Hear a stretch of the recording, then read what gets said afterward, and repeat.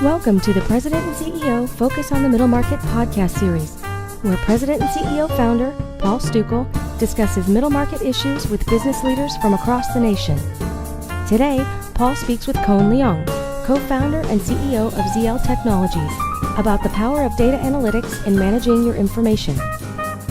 Perhaps to start, maybe you could, give us your insights on the use of big data for personal reasons with respect to employees, as opposed to sort of finding out what the customer thinks.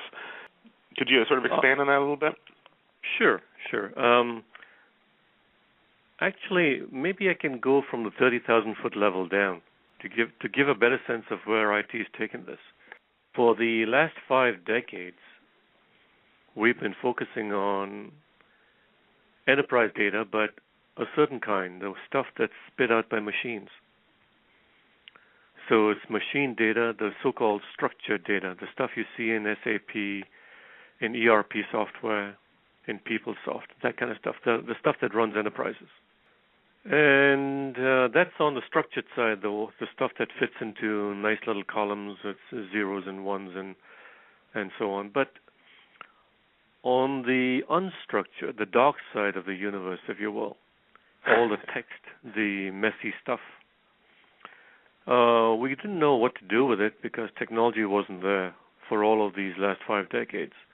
Until recently, the amount of it just accumulated, exacerbated by the likes of the advent of word processors first and then email, and then social media. So that exploded, and typically it's 5 times the volume of the structured data side. And it started causing problems in the sense that things started cropping up, like compliance guys started asking for that information, followed by the lawyers and the court. And now the records management has to deal with unstructured data, contracts and the like. It's all in digital form, but most organizations have no way to deal with it. So all of these pains are starting to surface.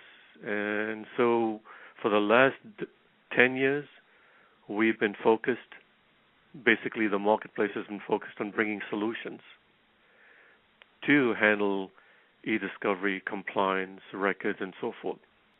There is one curious underpinning about all of this data that's unstructured.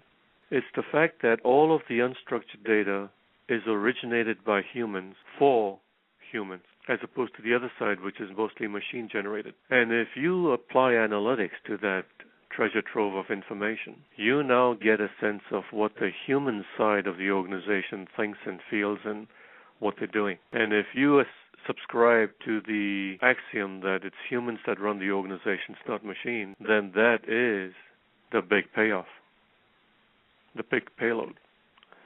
As I think I've said before, it's kind of like trending in Twitter, right? You can find out what people are thinking about which is, I assume, one massive unstructured data analytics process, although yes. Part of it is, of course, helped by hashtags, but it's the same concept, right? Yes, it's the same concept, but now I see a very broad dichotomy even in the big data, big unstructured data space. Most of the stuff you read about, hear about, is about big data analytics, but they mostly refer to a sandbox. A sandbox being that you stick your spade in the sand and you throw a pile of sand onto the sandbox, and you hope that it's relevant. And you do that many more times, and you build a sand pile.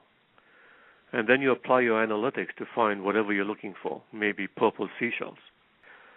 However, that paradigm still is constrained by the sandbox, meaning you have to go through all of the labor and the hits and misses, and then you might have to repeat the process if you got the wrong piles of sand. There is a new paradigm coming on board, which is saying, we don't need to necessarily settle for the sandbox. Why don't we scour the beach? And right. That's what we that's the approach we like to talk about, and that's the approach we take. Because in managing every grain of sand on the beach, you have your finger on every single document and piece of data. This then allows you to get the freshest data and on demand, and you don't have to go through all of the pains of collecting the data, and by the time you collect it, it's obsolete. So the new paradigm is to manage every piece of information in the enterprise from cradle to grave and be able to apply analytics on them. So, and just so I understand, then, what you're suggesting as the new paradigm is obviously a very real time. As you said, it's not a matter of collection; it's a matter of real time gathering of information, applying analytics to it, presumably in real time. Yes. In a much broader sense than has currently. Maybe the analog to that is, to use a current issue in the news, the NSA process, whereby, as far as we know anyway, there's a gathering of information, metadata, etc., that then is combed through, almost in a separate process. I mean, you're suggesting, I believe, sort of a concurrent process, real-time, ongoing, that identifies things immediately as opposed to sort of post-gathering. Is that? Am I understanding you correctly on that? Okay. I would also add a couple of words to that, and that is living, breathing data. Meaning, as the data amasses, you're managing it, you're weeding it, you're fertilizing it, you're plowing it. It's all the latest data that you want. Right. It manages the life cycle, and it's the irony of it all is that organizations are already obliged to do this management for e-discovery, for records, for regulations, and so forth. Right. It's simply getting more bang for the buck by having the same repository serve multiple functions. You've already invested the money, so why not use it? It's your classic, right. Let's leverage IT for strategic advantage. Well, this kind of embodies that concept. Now, in terms of the use of that kind of analysis for an executive of a company, I think most people immediately will grasp, or at least most executives will immediately grasp the value of getting sort of a through unstructured data, getting a window into, let's say, their customers' needs, customer issues that are being raised, that are being discussed within the company, manufacturing environment, being able to identify potential log jams in terms of logistics, in terms of production, in terms of supply, those kind of things, well ahead of the time when they sort of percolate up through the sort of the formal communication change. So those kind of things are intuitive in terms of value.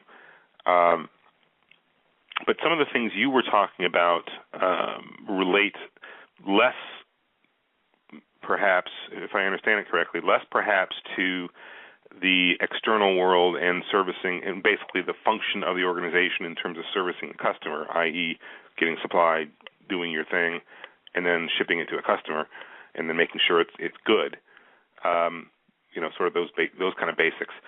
But in actually applying it more internally within a corporation to assist and promote the employees in terms of issues that they may be having individually, specifically. Am I understanding that correctly? Actually, it's more encompassing than that because it cuts across internal and external. Okay. Let's start with internal first. That's where the big management challenge of understanding your human resources and where they're going and how they're performing, it comes into play. And It's quite a sea change in thinking, because most of this wasn't possible. And when it became possible, the possibilities just multiply. It's like inventing electricity, and then you kind of sit and think about it, and all the ideas don't come together, don't gel together, but lo and behold, a few decades later, pretty much everything runs by electricity. This is somewhat akin to that, because you have this treasure trove, as I said, of human communications. And if you apply the analytics, you basically, let me put it this way. If I were to take the last 10, 15 years of all of your electronic output, everything you wrote, everything you received, everything you subscribed to, and if I applied analytics to it, I pretty much know you as a person. I know whom you communicate with. I know your likes and dislikes. I know your political leanings. I know pretty much everything that you opine on. Okay, and I'm now frightened, Kon, because you wouldn't be talking to me if you did that. Yeah, no. I'm sorry, I'm kidding. It's actually, you're right, though. You put your finger on it. It's a double-edged sword. Now, with every great stride in technology, there comes a double-edged sword. It's like the invention of fire. You can use fire to do good, but it could also be devastating. I think we're at that crossroads. Listen next time for part 2 of our discussion with Kon. Thanks for listening.